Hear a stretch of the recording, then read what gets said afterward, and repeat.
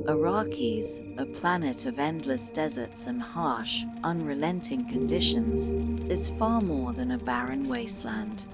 Commonly referred to as Dune, it is the heart of the universe's most critical resource, melange, or spice. Spice is the lifeblood of the interstellar empire, extending lifespans, enhancing mental acuity, and enabling the Spacing Guild to navigate through space with precision. This makes Arrakis the most valuable and contested planet in the galaxy, a prize worth scheming, fighting, and even dying for. The story begins with a pivotal moment in the balance of power within the universe.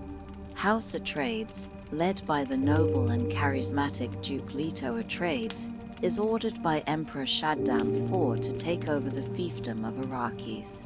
This command is more than a simple transfer of power, it is a move steeped in political machinations and danger. The Emperor fears Duke Leto's growing popularity among the other noble houses, which threatens his own dominance. To curtail this, he aligns with the ruthless House Harkonnen, ensuring that the transfer of Arrakis is a trap designed to eliminate the Atreides family once and for all. Duke Leto, while outwardly compliant, is no fool. He understands the precariousness of the Emperor's decree and the long-standing animosity of the Harkonnens. This tension sets the stage for a tale that intertwines political intrigue with personal sacrifice and heroic destiny. Accompanying Duke Leto to Arrakis is his family, Lady Jessica, his concubine and confidant, and their teenage son, Paul Atreides. While Duke Leto prepares to face external threats, it is Paul who stands at the crossroads of a monumental destiny. Paul Atreides is no ordinary boy.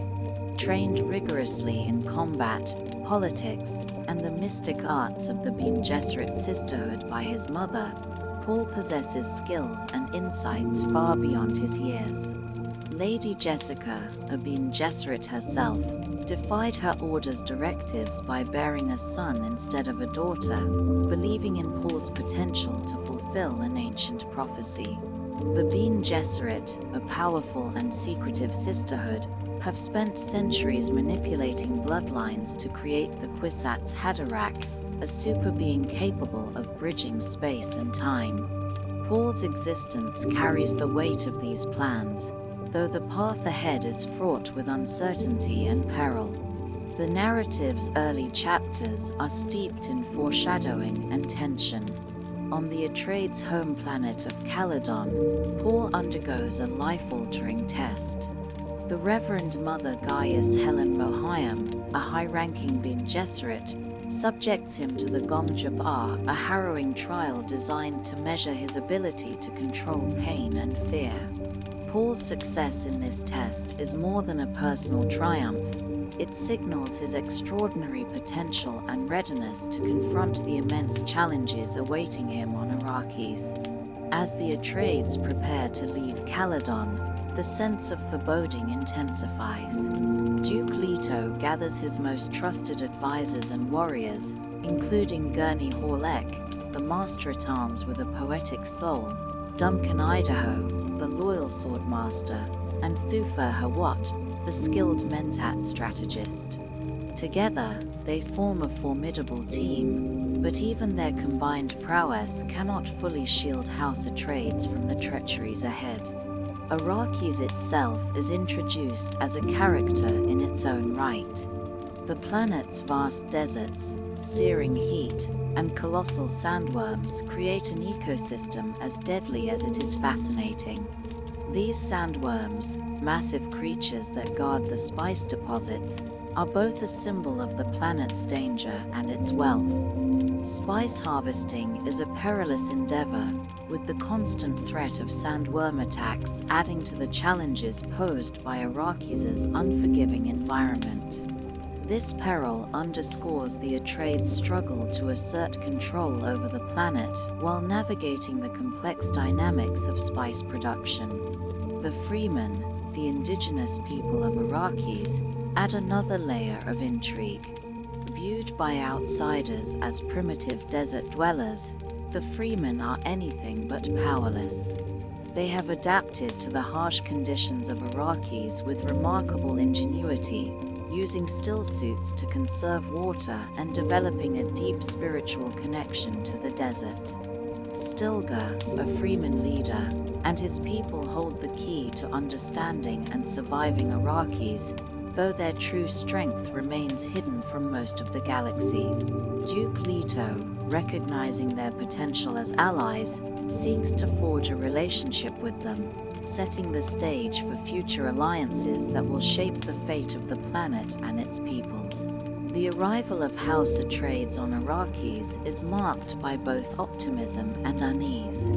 The capital city of Arrakeen, with its stark architecture and bustling spice trade, becomes the new home of the Atreides family. Yet the shadow of House Harkonnen looms large. Baron Vladimir Harkonnen, the cunning and malevolent head of the Harkonnen family, has left behind a web of sabotage and spies to undermine the Atreides' rule. His alliance with the Emperor ensures that the Atreides' position on Arrakis is precarious from the outset. As Paul steps onto the sands of Arrakis, his prescient dreams and heightened awareness take on new significance.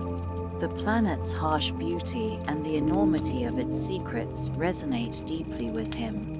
Paul's encounters with the Freeman, the spice, and the desert itself begin to shape his identity and awaken his latent powers.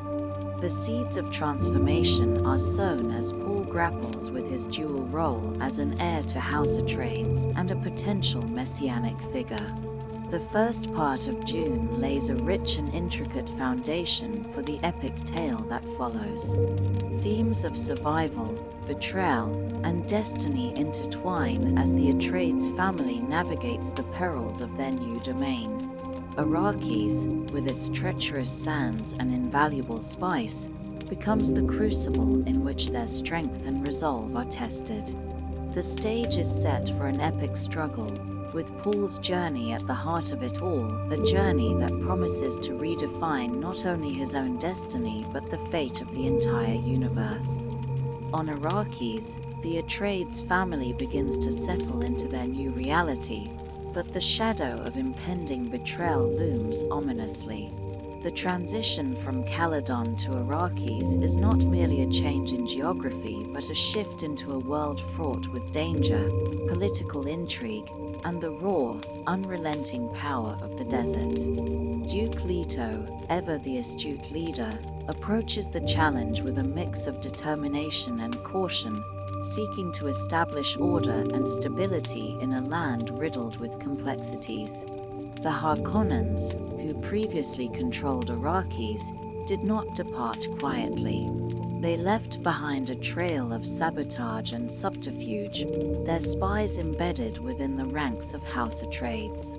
Among them is Dr. Yu, the trusted Suk doctor bound by an oath of loyalty. Yet Yu harbors a terrible secret.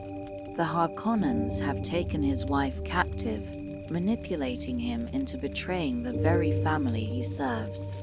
The internal struggle within Yu is palpable, as he is torn between his duty to the Atreides and his desperation to save his wife. Duke Leto, meanwhile, works tirelessly to build alliances and secure his position on Arrakis. He recognizes the importance of earning the trust of the Freemen, whose knowledge of the desert and fierce loyalty could prove invaluable.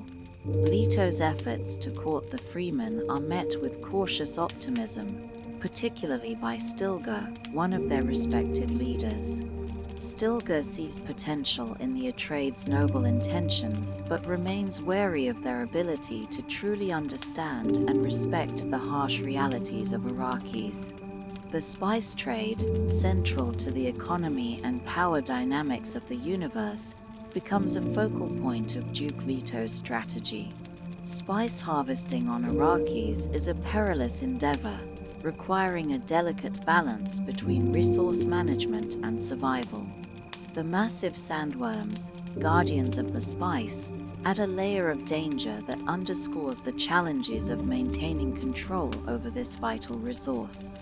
The Atreides begin to realize that success on Arrakis will demand more than political acumen. It will require an intimate understanding of the desert's rhythms and an unwavering resilience. Paul Atreides, growing more attuned to the unique energy of Arrakis, experiences a series of prescient dreams that both intrigue and unsettle him. These visions, vivid and cryptic, hint at his future role and the profound transformation awaiting him. His dreams often feature a mysterious Freeman girl with striking blue eyes, a figure who seems to hold the key to his destiny. As Paul grapples with the implications of these visions, he begins to embrace the possibility that his life is entwined with the fate of the planet itself. Lady Jessica, a figure of strength and wisdom, plays a critical role in navigating the treacherous waters of Arrakis. Her Bene Gesserit training equips her with skills in diplomacy, perception, and manipulation, which she uses to protect her family and advance their cause. Jessica's interactions with the Freemen are particularly significant, as she begins to sense the depth of their spiritual connection to the desert and their potential as powerful allies. Her relationship with Paul deepens as she recognizes the extraordinary path he is destined to walk, even as she fears the trials it will demand of him. The Harkonnen plot against the Atreides is meticulously crafted and ruthless in its execution. Baron Vladimir Harkonnen, the mastermind behind the scheme, combines his cunning intellect with an unrelenting thirst for power.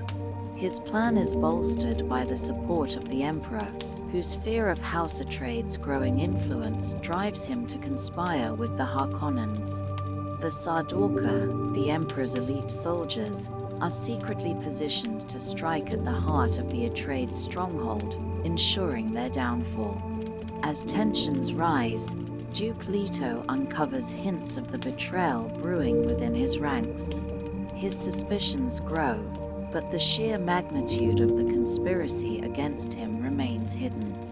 Thufir Hawat, the Atreides' mentat and master strategist, works diligently to uncover the extent of the Harkonnen sabotage. Despite his efforts, the web of deceit proves difficult to unravel, leaving the Atreides vulnerable to the impending attack. The interplay of loyalty and treachery within the Atreides household adds a layer of emotional complexity to the unfolding drama. Gurney Horlek and Duncan Idaho, steadfast and fiercely loyal to Duke Leto, embody the strength and honor of House Atreides. Their unwavering commitment to the family serves as a counterpoint to the deceit lurking in the shadows, highlighting the stark contrasts between integrity and betrayal. Arrakis itself becomes a crucible, testing the resilience and resourcefulness of all who inhabit it. The planet's unforgiving nature mirrors the relentless political and personal struggles faced by the Atreides. The interplay between the harsh environment and the intricate web of human ambition and emotion creates a dynamic that drives the story forward, setting the stage for the explosive events to come. The stage is set for a confrontation that will redefine the power dynamics of Arrakis and the universe at large. The Atreides' courage and determination, though formidable, may not be enough to withstand the combined forces arrayed against them. Yet, within the heart of this turmoil lies the potential for profound transformation, as Paul's journey toward his destiny begins to take shape against the backdrop of betrayal and survival. The meticulously orchestrated betrayal of House Atreides begins to unfold with a brutality that shatters any illusions of safety. The Harkonnen plot, carried out with the Emperor's tacit approval, is executed with precision, striking at the very heart of the Atreides' stronghold. The fallout from this treachery not only alters the political landscape of Arrakis, but also sends ripples through the destinies of its key players, irrevocably changing their lives. Dr. Yu, once a trusted member of the Atreides inner circle, succumbs to the crushing weight of his personal torment. His wife's captivity and the manipulations of the Harkonnens prove to be too great a burden, compelling him to betray the family he has served with loyalty. Yua's role in the Harkonnen scheme is critical. He disables the shields of the Atreides fortress, rendering them vulnerable to the impending attack. Yet, within his act of betrayal lies a sliver of defiance. Yu secretly plants the seeds of hope for Paul and Lady Jessica, providing them with a path to escape the carnage he knows will ensue. The assault on House Atreides is swift and devastating. The Sardorka, the Emperor's elite warriors disguised as Harkonnen troops, descend upon Arrakis with an unmatched ferocity. Their attack is relentless, overwhelming the Atreides forces despite their strategic acumen and formidable courage. Duke Leto, a figure of steadfast honor, finds himself caught in the maelstrom. Captured by the Harkonnens, Leto becomes a pawn in the Baron's ruthless game, a symbol of the Atreides' fall from power. The true scale of the Harkonnen betrayal is revealed in the interactions between Baron Vladimir Harkonnen and his nephew, Rabban, a brutal enforcer tasked with reasserting Harkonnen control over Arrakis. The Baron's delight in his victory is tinged with the chilling cruelty that defines his character. He views the fall of the Atreides as a testament to his cunning, a reminder to all who would challenge his dominance. Yet, the Baron underestimates the resilience of those he seeks to destroy, particularly Paul and Lady Jessica. Paul and Jessica, thrust into the chaos of the attack, rely on their combined strength and ingenuity to escape the clutches of their enemies. Yua's parting gift, a means of survival in the form of a stillsuit and a means to flee, proves instrumental in their escape. Jessica's Bene Gesserit training becomes a lifeline, enabling her to maintain composure and guide Paul through the treacherous terrain of the desert. Paul, though shaken by the events, begins to exhibit the qualities of leadership and resourcefulness that will define his journey. Amid the devastation, Paul's awakening as the Kwisatz Haderach, the prophesied one within the Bene Gesserit order, takes a pivotal turn. His prescient visions, already a source of intrigue, become sharper and more urgent. Paul starts to perceive patterns in the chaos, glimpses of a future where his actions hold the power to alter the fate of entire civilizations. This newfound clarity, however, is accompanied by a growing burden as he grapples with the enormity of his potential and the sacrifices it demands. The desert, with its vast, unforgiving expanse, becomes both a sanctuary and a crucible for Paul and Jessica. Their journey into the sands marks the beginning of a profound transformation, stripping away the vestiges of their former lives and forcing them to confront the raw essence of survival.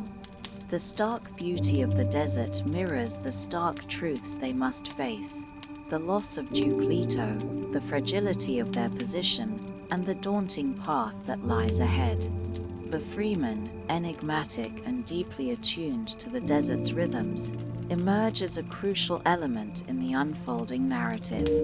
Paul and Jessica's encounter with Stilgar and his tribe signifies the convergence of two worlds, one steeped in the traditions of Arrakis and the other shaped by the ambitions of the Imperium.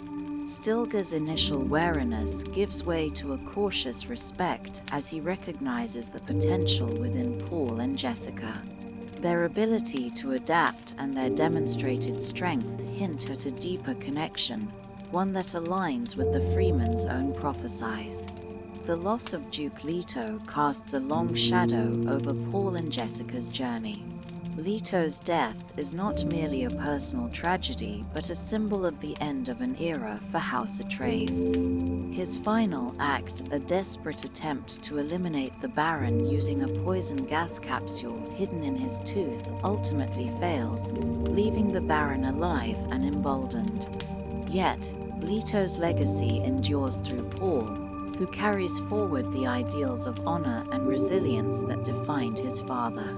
As the dust settles over the shattered remains of the Atreides' presence on Arrakis, the stage is set for a new chapter. The betrayal, though devastating, becomes a catalyst for transformation. Paul and Jessica's exile into the desert is not merely a flight from danger, but the beginning of a journey that will redefine their identities and their place in the universe.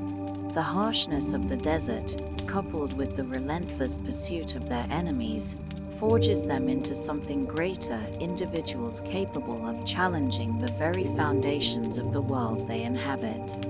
The fall of House Atreides, though orchestrated by the Harkonnens and the Emperor, reveals deeper truths about the fragility of power and the resilience of the human spirit. Paul's awakening, Jessica's strength, and the promise of the Freeman hint at a future where the balance of power on Arrakis and beyond is poised to shift in unforeseen ways. Paul and Jessica's flight into the unforgiving sands of Arrakis is a crucible that transforms them both physically and mentally. The vast, featureless expanse of the desert is not just a geographical obstacle but a symbolic one, representing the harsh realities they must face and the inner strength they must summon. This chapter in their journey explores themes of survival, resilience, and the growing connection between their fates and the enigmatic Freeman. As they navigate the brutal terrain, the desert reveals itself as both enemy and ally. The unforgiving heat, the scarcity of water, and the ever-present threat of sandworms force Paul and Jessica to rely on their wits and training. Their still suits, marvels of Freeman ingenuity, become essential for survival, recycling precious moisture from their bodies. Jessica's Bene Gesserit training allows her to remain calm under extreme pressure, while Paul's emerging prescience offers glimpses of paths that may lead to safety. The sandworms, towering creatures that dominate the desert, are not merely natural predators but symbols of Arrakis itself, dangerous, awe-inspiring, and deeply tied to the planet's essence. Paul's first encounter with one of these massive beasts is a pivotal moment. The sheer scale and power of the creature underscore the insignificance of human life in the face of nature's might, yet it also hints at the possibility of coexistence and even mastery. The Freemen, a people deeply attuned to the rhythms of the desert, emerge as unlikely allies.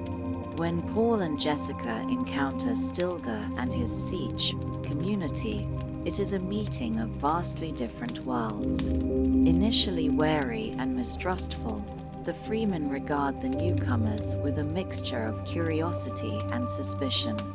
Stilgar, a leader of great pragmatism and wisdom, evaluates their worth not just as individuals but as potential contributors to the Freemen's struggle for survival and autonomy. Jessica's display of martial skill and her command of the Bene Gesserit voice, an ability to compel others through speech, earns her the respect of Stilgar and his tribe.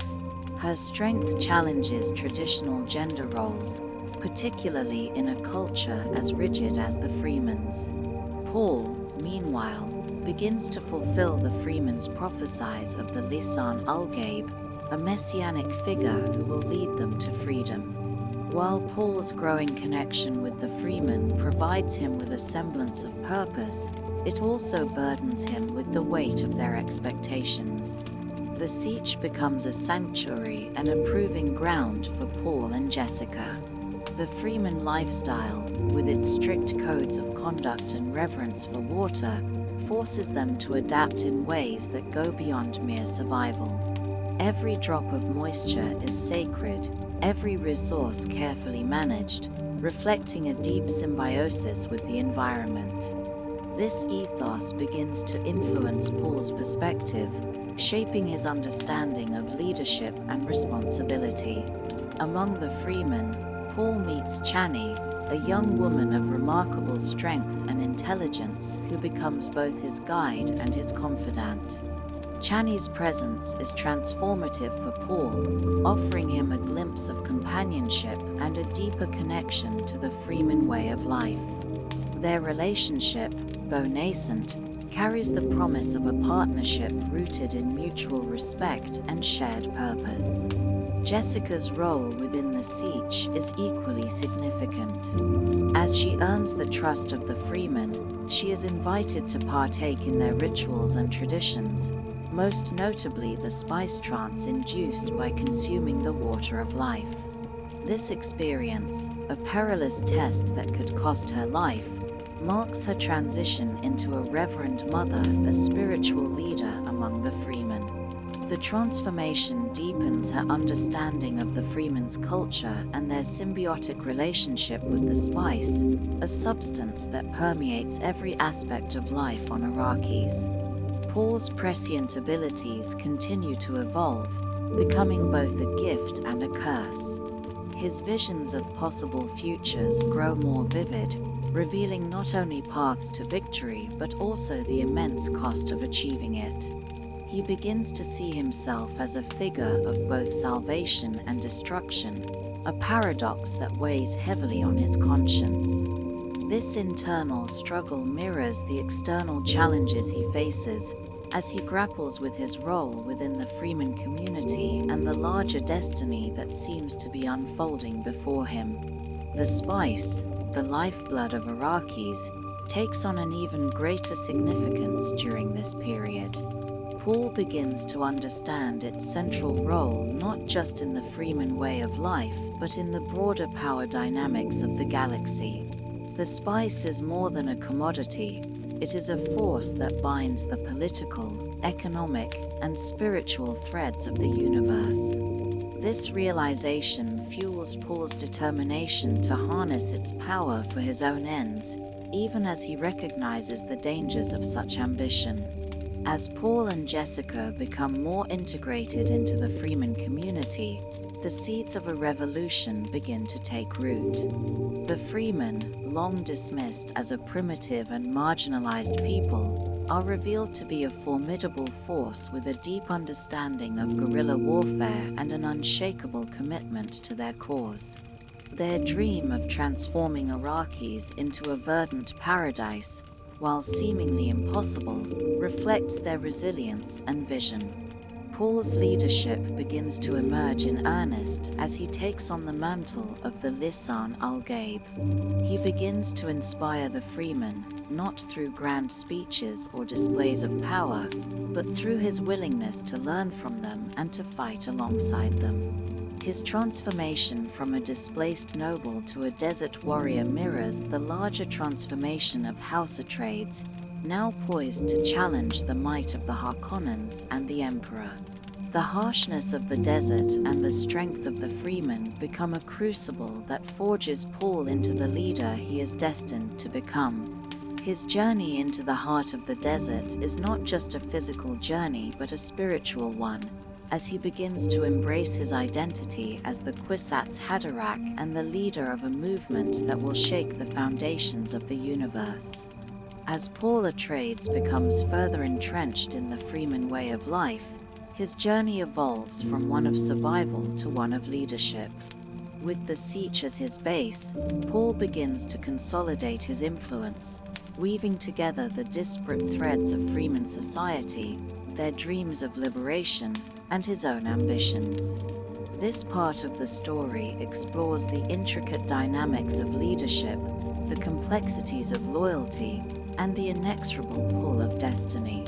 Paul's time among the freemen solidifies his understanding of their culture, their unyielding connection to the desert, and their deep reverence for the spice. This reverence is not merely spiritual but also strategic. The spice is both their greatest asset and the key to their survival. The spice melange, omnipresent on Arrakis, continues to amplify Paul's prescient visions, allowing him glimpses of future events and potential outcomes. This ability, however, becomes a double-edged sword, offering both clarity and torment.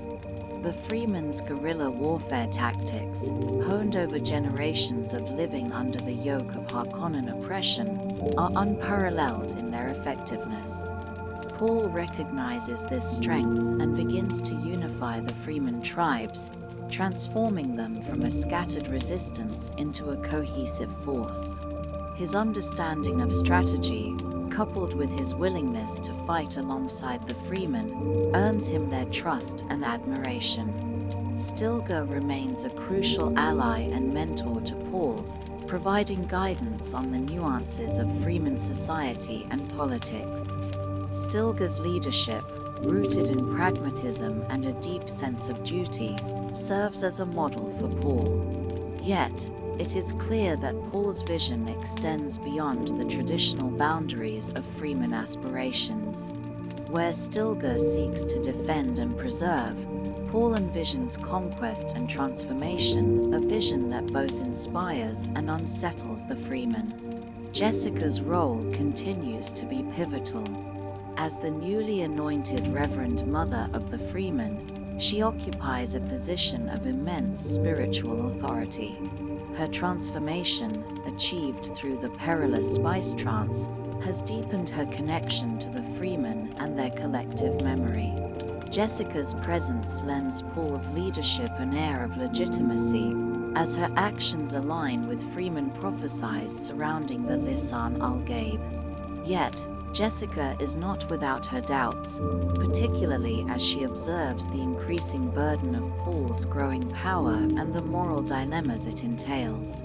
Paul's relationship with Chani blossoms during this time, adding an emotional dimension to his journey. Chani, a fierce and independent Freeman woman, becomes not only his companion but also his confidant. Her insights into Freeman culture and her unwavering loyalty provide Paul with both comfort and perspective.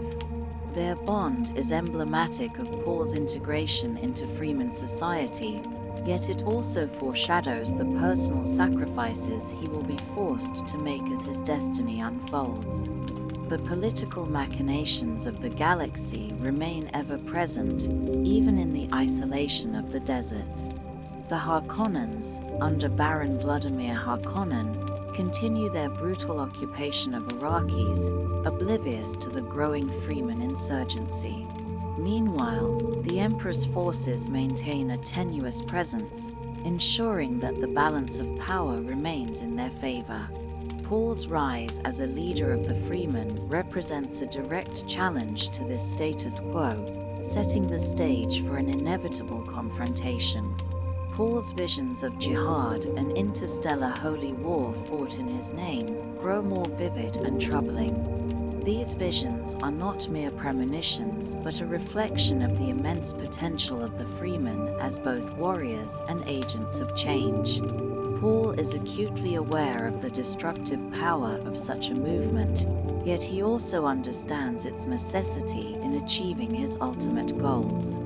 This internal conflict becomes a defining aspect of his character as he struggles to reconcile his humanity with the inexorable march of destiny.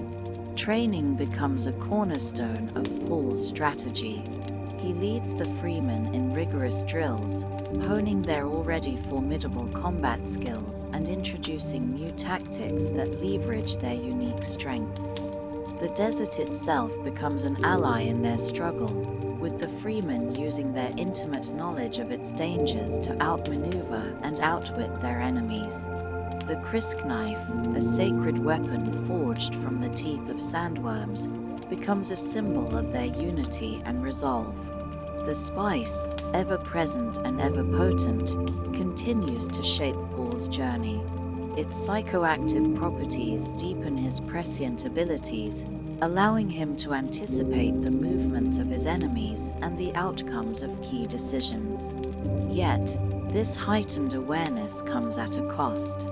The spice's addictive nature and its influence on Paul's visions create a sense of foreboding as he begins to grasp the full extent of its hold on his destiny.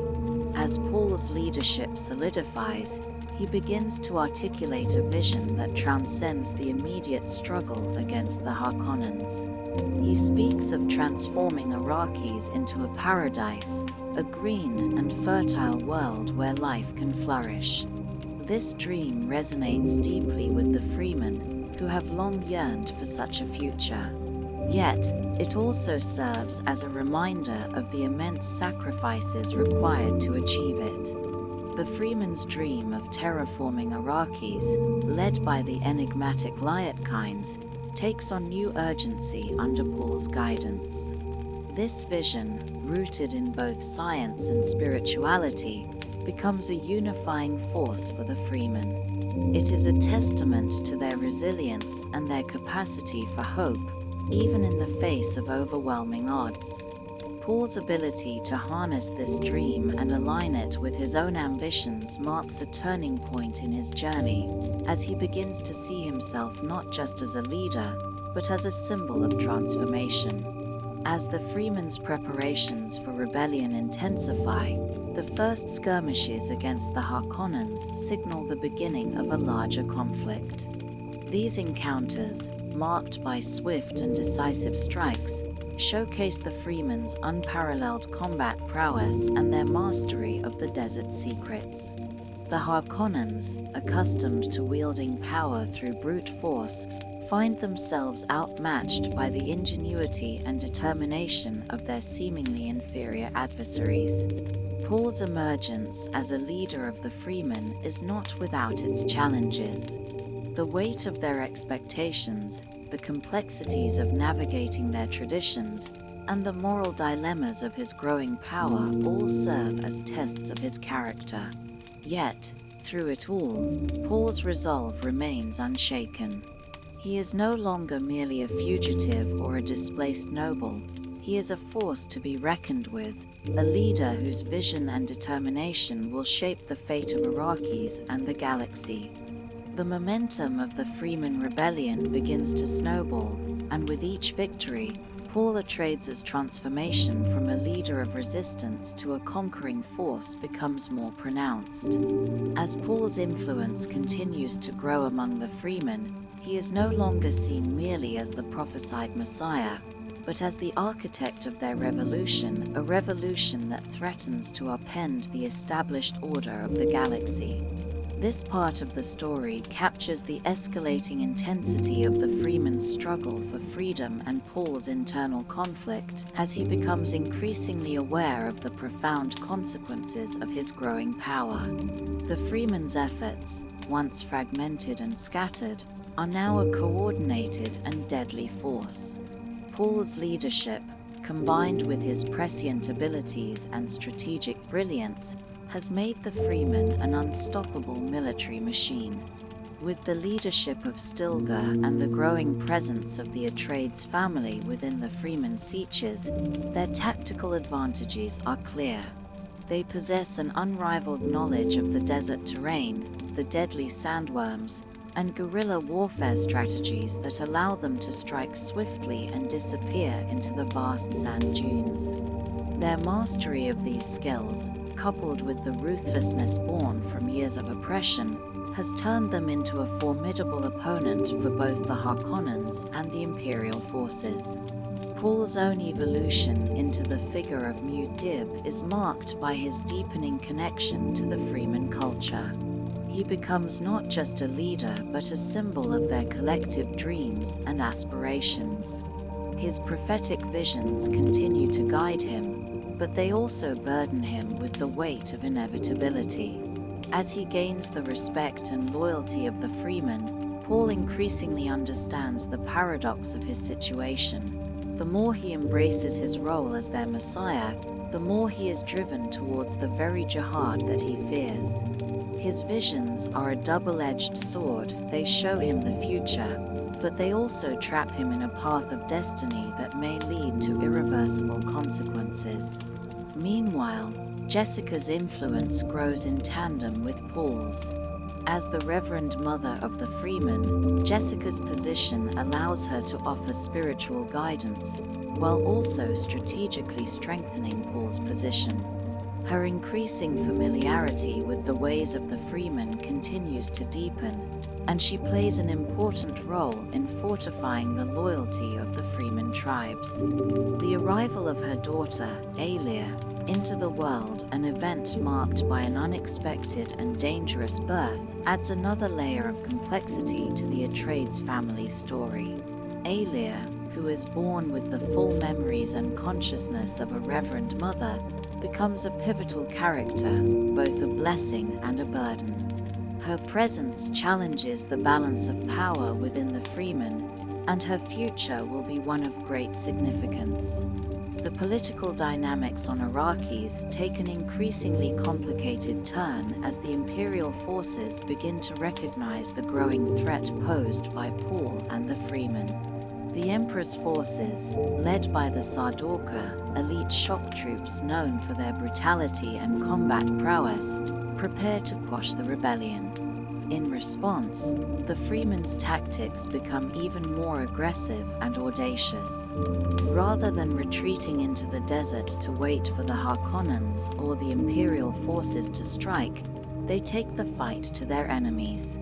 Strategic raids on spice production facilities disrupt the flow of melange, striking at the heart of the Empire's wealth and power.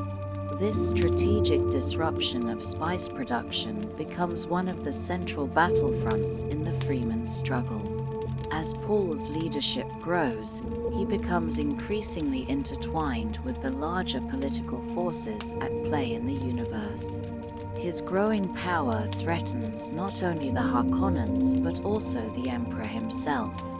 The question of Paul's true intentions is debated fiercely within the halls of power, and his actions are watched closely by those who control the fate of the known universe.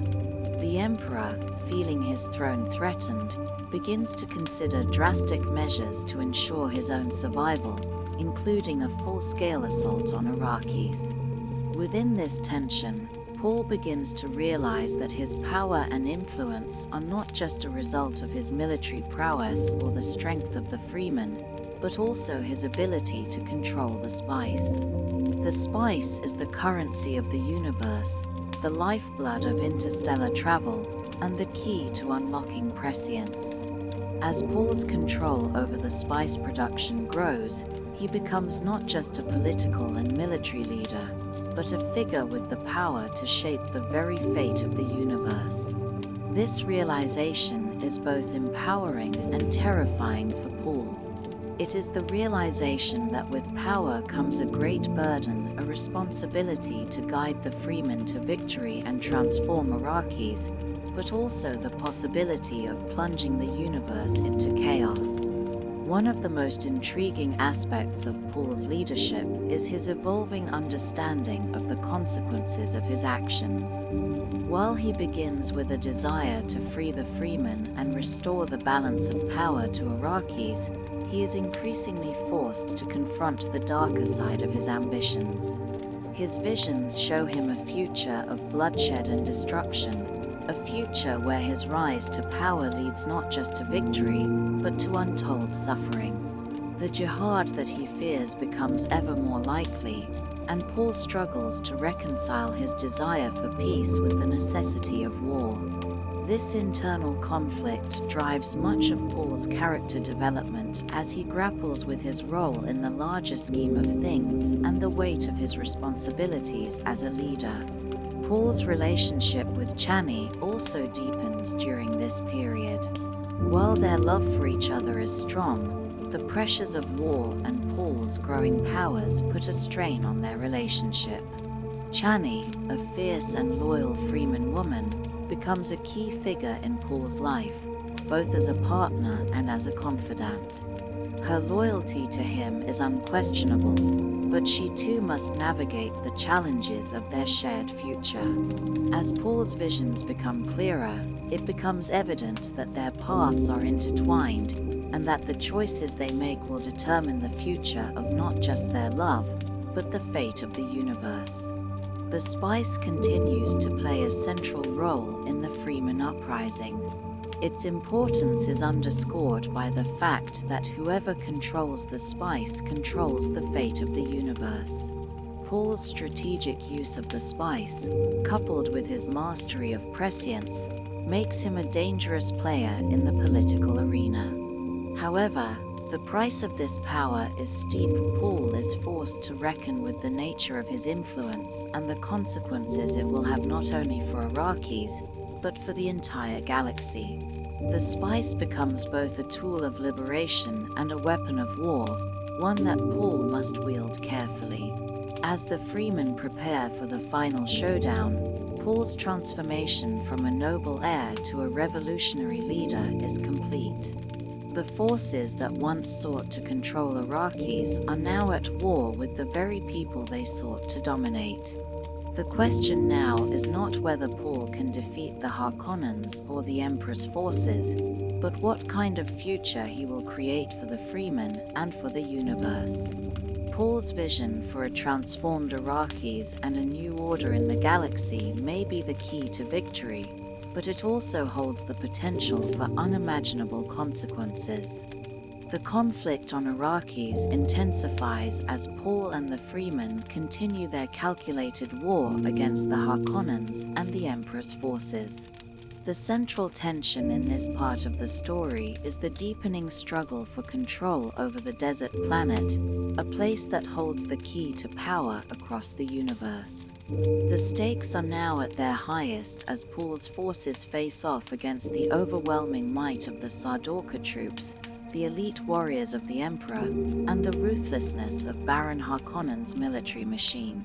As the Freemen grow in numbers and strength, their resistance becomes a formidable force, but their true strength lies not only in their combat prowess but in their mastery over the planet itself.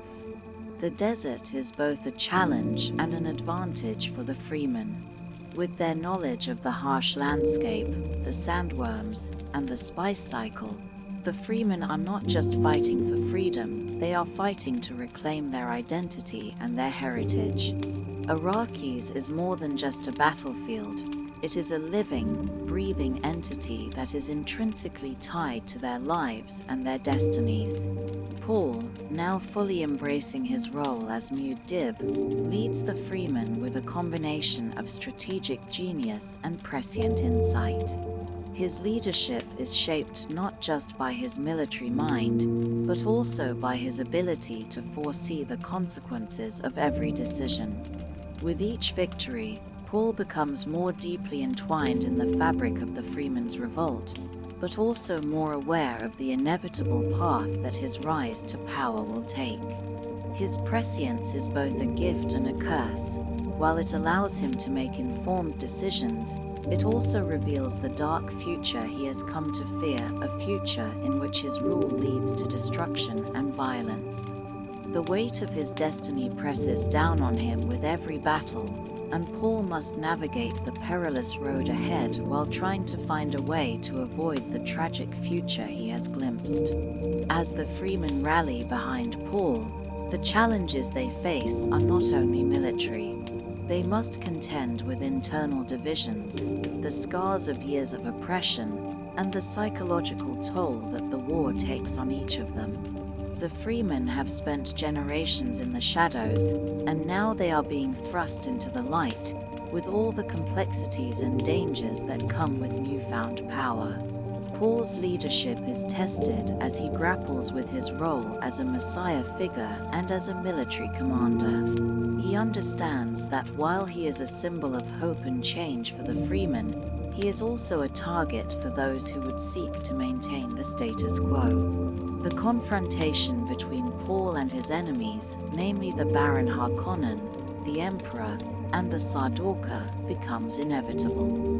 The Harkonnens are not content with simply losing control of Arrakis. They want to destroy Paul and the Freemen and ensure that no challenge to their power ever arises again.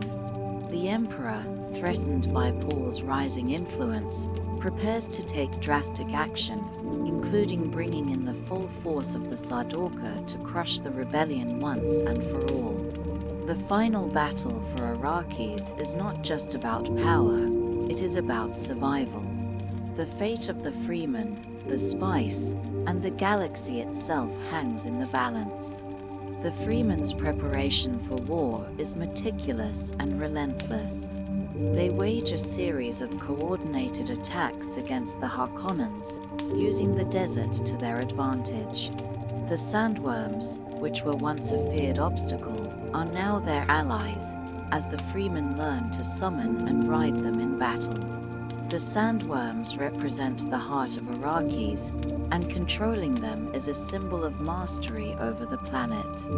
The Freemen's tactical advantage, combined with Paul's leadership, shifts the balance of power in the universe. Yet, despite these victories, the road to the final showdown is fraught with challenges. The Freemen are not the only ones preparing for war. As the Emperor's Sardaukar begin to land on Arrakis, Paul knows that the stakes have become personal. His visions show him the approaching storm of war, and he understands that the fate of not just the Freemen, but the entire galaxy, is at stake. He begins to question the path he is on. The more victories he wins, the more he realizes the true cost of his rise to power. His prescience shows him not only the battle ahead, but the deep consequences of what lies beyond it. He must win the battle, but at what cost? The final confrontation begins as the Sardaukar forces descend upon Arrakis with the full might of the Emperor behind them. The Freemen, having learned from their previous engagements, are now an even more formidable force, combining guerrilla tactics with full-scale assault strategies. They strike with precision and speed, cutting down the Imperial forces wherever they find them. Despite their superior numbers and training, the Sardaukar are caught off guard by the Freemen's ability to adapt and overwhelm them in the desert terrain. The Freemen's knowledge of the land, their bond with the sandworms, and their ability to fight with unparalleled ferocity make them a near impossible enemy to defeat. As the battle wages on, Paul's prescient visions become increasingly clear. He sees the eventual defeat of the Emperor and the Harkonnens, but also the rise of a new order, a new empire ruled by him. This vision, while glorious, also shows Paul the devastating consequences of his rise to power. The jihad that he has feared now seems unavoidable. His power is both a force for liberation and a harbinger of destruction. Despite his desire to avoid the war and the violence that comes with it, Paul understands that it may be the only way to secure the Freemen's future. As the battle reaches its crescendo, Paul finds himself at the center of the storm, caught between his love for the Freemen and the weight of his destiny.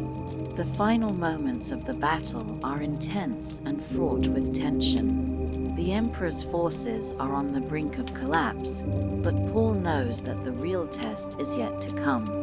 The victory on the battlefield is one thing. The real battle is about the choices Paul will make in the aftermath. The Freemen may win the war, but Paul's choices will determine the future of the galaxy and the future of his soul. The dust settles after the final battle for Arrakis, but the journey for Paul Muad'Dib is far from over.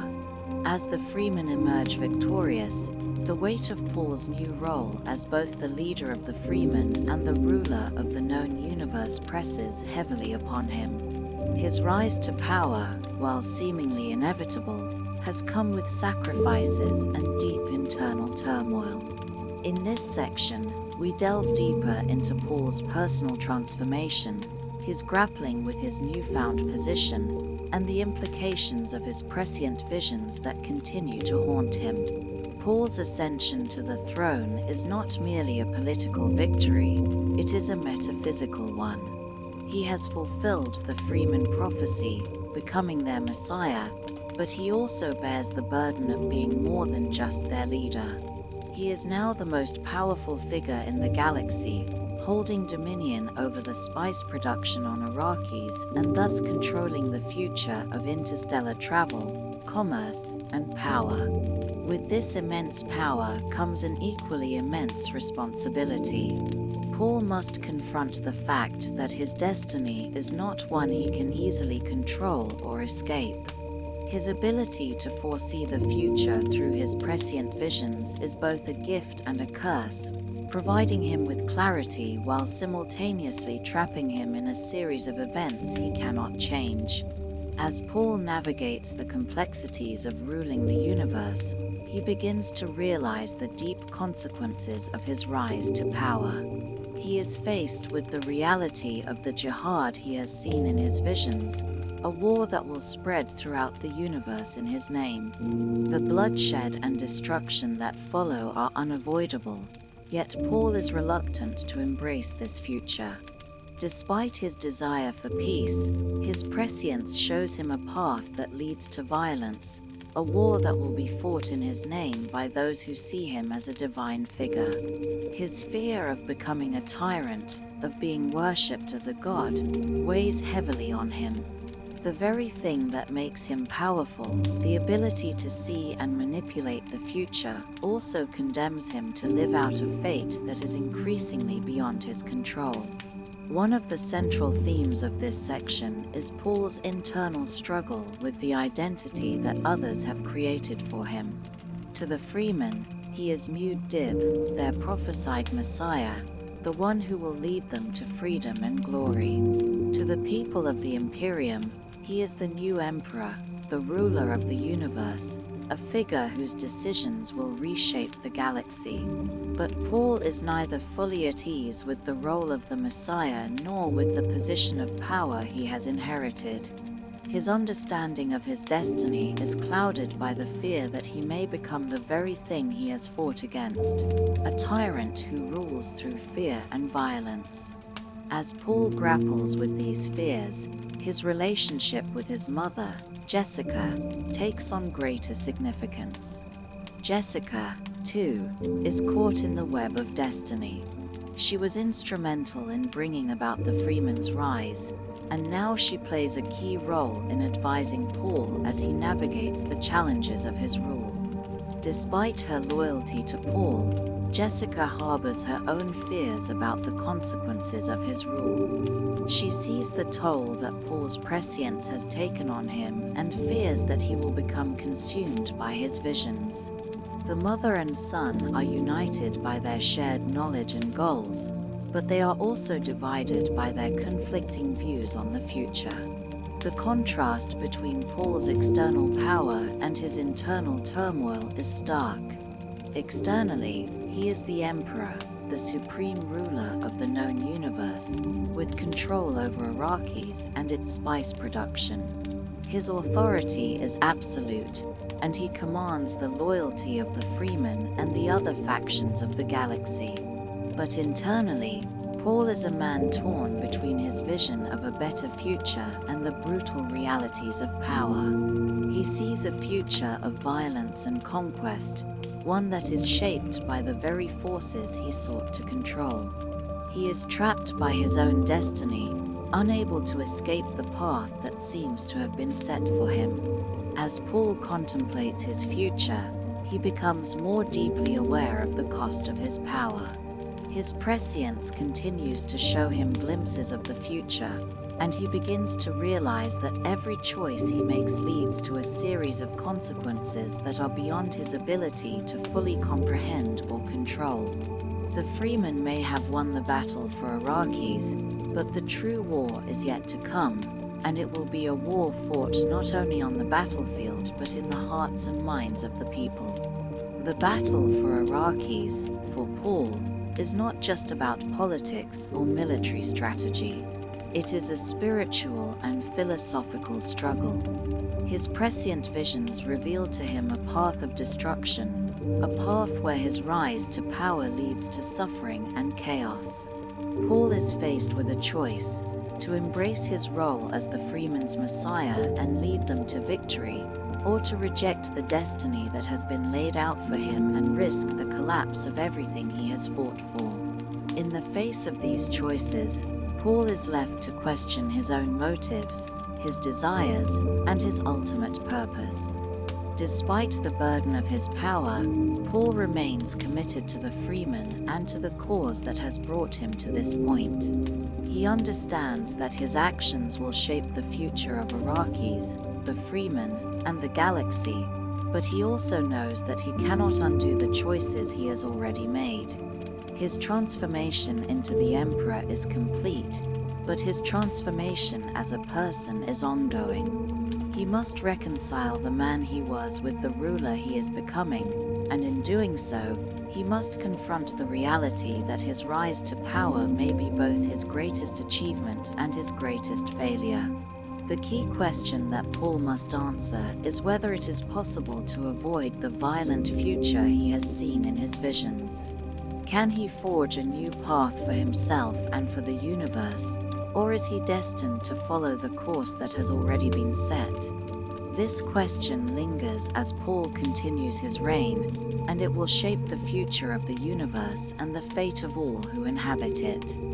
As Paul Atreides fully immerses himself in the desert world of Arrakis, his transformation into the leader of the Freemen becomes undeniable. The Freemen, initially skeptical of Paul's intentions and his place within their culture, begin to see him not only as a potential ally but also as the prophesied Mahdi, the messianic figure they believe will bring about a new era for their people. This belief in Paul's destiny grows stronger as he continues to prove his resilience and strategic brilliance, slowly earning the Freemen's respect and allegiance. Paul's relationship with his mother, Jessica, is pivotal in this phase of his journey. As a Bene Gesserit, Jessica's training has given her great mental and physical strength, and her bond with Paul remains a powerful force throughout the story. Yet, Paul's experiences on Arrakis push him to break away from the Bene Gesserit's control over his destiny. His powers of prescience, his ability to see possible futures, grow stronger, and with them comes the realization that he must chart his own course. The visions of jihad and war that accompany his prescient abilities weigh heavily on him. He understands that by accepting the mantle of the Mahdi and becoming the leader of the Freemen, he might unleash a wave of destruction and violence that will extend far beyond Arrakis, a conflict that could consume the entire universe. This knowledge becomes a source of inner conflict for Paul, who begins to question whether he can truly control his own future or whether he is fated to follow a path of destruction. This section also explores the political dynamics between House Atreides and the rival factions, particularly House Harkonnen. The ruthless Baron Vladimir Harkonnen, who had been the former ruler of Arrakis, has been planning to retake the planet and its valuable spice production. Despite the seeming collapse of House Atreides after their initial betrayal and the Harkonnens' devastating attack on their stronghold, the survival and rise of Paul and his mother signal a new chapter in the struggle for control of Arrakis. Paul's survival is symbolic of House Atreides' resilience, but his rise to power is marked by the ever-present influence of his bloodline and the political intricacies of the great houses. As Paul's leadership of the Freemen deepens, his bond with Chani, a Freeman woman who becomes his lover and ally, strengthens. Chani is a fierce warrior, embodying the Freeman way of life, and her relationship with Paul represents both love and pragmatism. Their union is pivotal in Paul's acceptance by the Freeman, and through Chani's guidance, Paul begins to fully embrace his new role as a leader. Chani also plays a crucial part in grounding Paul, offering him support and perspective as he navigates the complexities of his destiny. Simultaneously, the harsh desert landscape of Arrakis becomes more than just the backdrop of the story, it is an active character in itself. The dangers of the desert, including the giant sandworms that are integral to the spice production, mirror the tension and hostility of the political world. The Freeman's connection to the desert is more spiritual than physical. They see it as both a hostile environment to survive in and a powerful force to be harnessed. Paul's growing understanding of the desert and its secrets, especially the crucial role of water in Freeman society and the sacred spice melange, further solidifies his position as the potential leader of their people. He must learn not only to survive the desert, but to control it, to wield it as a means of securing his future and the future of the Freeman. Paul's growing awareness of the jihad that might follow his rise to power becomes a source of inner turmoil. His prescient visions are no longer simply glimpses of the future, they are vivid, terrifying realities that show him the bloodshed and destruction that might follow his quest for power. He sees the Freemen sweeping across the galaxy, their zeal driven by religious fervor in his name, and he feels both a sense of responsibility and dread. Paul is caught between his desire to lead and his fear of the consequences of that leadership. He longs to find a way to avoid the path that seems destined for him, but his prescience constantly reminds him of the inevitability of the choices he faces. The tension between Paul's destiny and his personal desires, his longing for a future without war, without violence, shapes much of his internal conflict.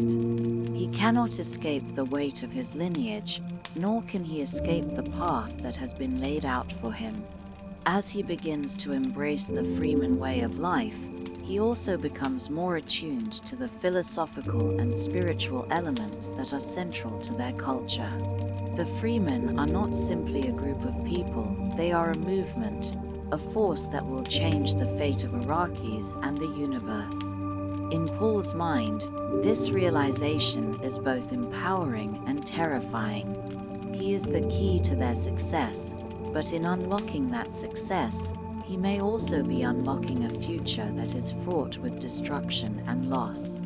Throughout this period of growth and change, Paul's relationship with the Freeman becomes increasingly intertwined with his role as the prophesied leader. He leads them into battle, helping them to gain more control over Arrakis and its spice production. However, the nature of this leadership is not merely militaristic. Paul's role also becomes one of spiritual guidance. The Freemen believe that Paul is the Kwisatz Haderach, a messianic figure who will bring about the fulfillment of their ancient prophecies. As Paul learns to wield this power, he also learns the dangers of belief in a singular, prophetic figure. The Freeman's blind faith in him creates both strength and vulnerability, and Paul must navigate the consequences of becoming the figurehead of a revolution. At the same time, the influence of the Bene Gesserit cannot be ignored. Jessica, who had defied the orders of the Bene Gesserit by bearing a son instead of a daughter, continues to play a crucial role in Paul's journey. The Bene Gesserit's role in the larger political and spiritual landscape of Dune is complex, as they are not simply manipulators behind the scenes, they too are searching for a way to harness the power of the Kwisatz Haderach for their own purposes. Jessica's continued guidance and the Bene Gesserit's influence on Paul's actions shape his decisions as he grapples with the implications of his actions on both a personal and universal scale. As Paul embraces his new role as the leader of the Freemen and prepares for the inevitable confrontation with the forces that seek to control Arrakis, his journey into the unknown continues. He must face not only the external political forces that threaten him, but also the internal battle between his desire for power and the moral cost of achieving that power. The struggle for control of Arrakis is far from over, and the stakes are higher than ever. As Paul continues to evolve, the question remains, can he change the future, or is he doomed to follow a path that has already been set in motion?